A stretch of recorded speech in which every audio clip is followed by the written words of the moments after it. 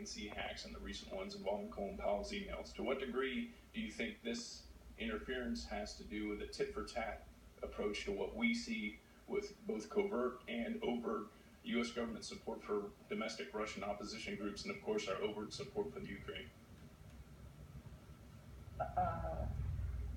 No, I don't think that this is in any way a tit for tat. I think that Russia has clearly chosen sides in the U.S. election, and they are trying to manipulate. We've seen similar operations in other places, where in Germany, for instance, with the scandals around, there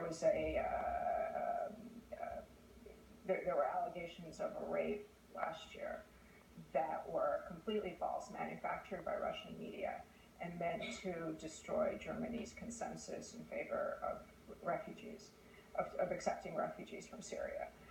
There are instances where Russia manipulates internal politics of other states, and that is what they're doing here. It is not a tit for tat for any specific U.S. policy.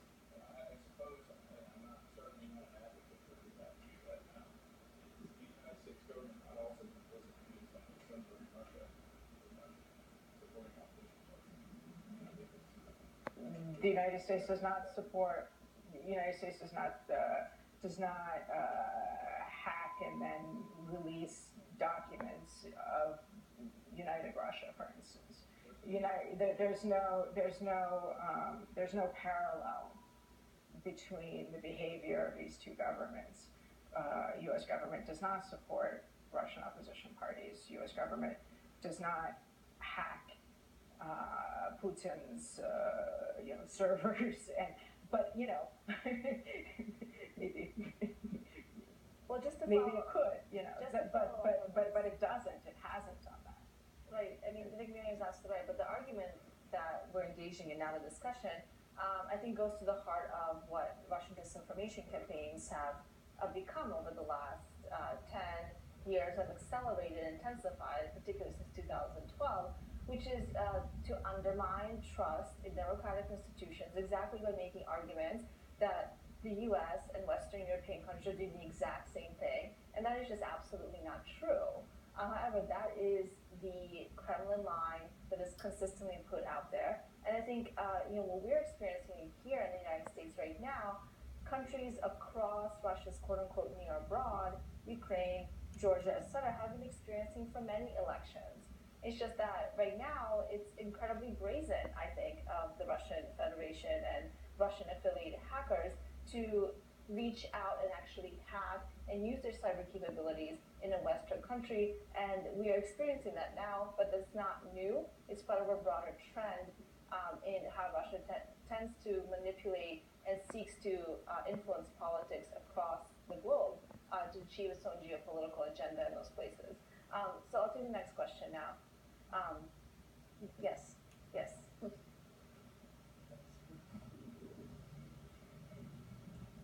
Hi, my name is Ali Nasseh. I have a master's degree in security studies from University College London. Miriam and Kathy, you've expressed quite a bit of concern about the aspect of the legislation that makes it illegal not to report on certain types of crimes. We've had several instances of terrorist attacks in the United States that intelligence services would have never picked up, but people close to the perpetrators knew about. So I'm wondering, is mandatory reporting something that we see as a legitimate counter-terror tactic, or is it something that's morally unacceptable for governments to force their citizens to do? Well, I think part of the problem is how you define terrorism.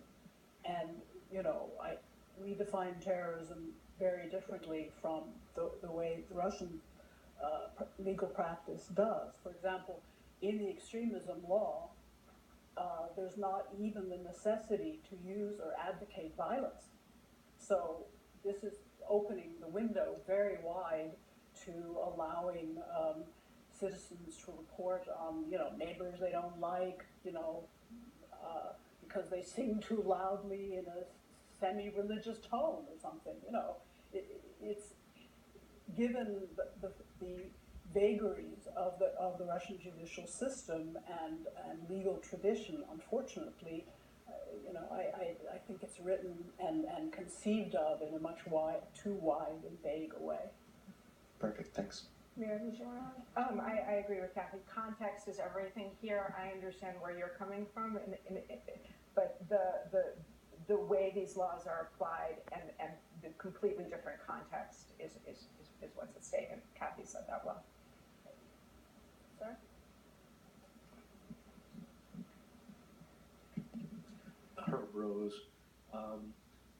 The events of the past week and what I've learned here today have stimulated my thinking about some of what's going on in Russia, and I guess two words come to mind. One is metadata, as has been mentioned here, and the other is irony. During the last week, for those who read a hard copy of the newspaper, the Washington Post, for example, they've seen an ad which has been sponsored, at least in part, by the ACLU, requesting that Snowden be pardoned for his activities.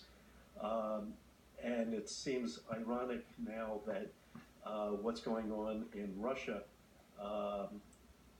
has been the revelation that metadata has been used to find out what's going on the internet. And what I'm wondering is any portion of the Russian public, and I don't think the word horrified is too strong a word, which took place in the United States when a lot of people learned that their metadata was being checked. Has any portion of the Russian public been horrified by what they've learned about the use of the metadata? Hannah, do you want to? Yeah, I'll jump in on this. So I think there's a couple of interesting things here. One is that Edward Snowden himself, who's in Russia, has come out very strongly against this law, and he himself has said that he's quite horrified at the way that these provisions could be implemented against the Russian people. There was, in the initial stages of the drafting of this law, also a stipulation that, and ladies, correct me if I'm incorrect, but that I believe it was people who were convicted under this law could have their Russian citizenship stripped from them. And that particular provision raised the hackles of the Russian public. And it was very, very quickly, when it became clear that it was just not going to fly, it was very quickly removed from the law. But there's still the kind of feeling in the air that that could potentially be added back in later on once people have gotten themselves acclimated to what is in the current law. And there are protests. There's certainly been protests, certainly been groups of people who are extremely upset about this reality. The difference here is that essentially the Russian press is largely controlled by the government. So you're not going to see the same kinds of ACLU ads in large newspapers in Moscow, and the newspapers aren't reporting it in such a way that really, some of the US media has reported what happened a couple of years ago here. So I think it's a little bit of a different picture, and unfortunately, while there have been protests, they're not going to be on the same sort of scale of just people being horrified, because they've gotten now used to, because the way that these laws have been implemented slowly over time, they've gotten used to the government sort of being in their business. And frankly, if you have lived through the Soviet era, it's not that strange anyway. So there has been, why do they want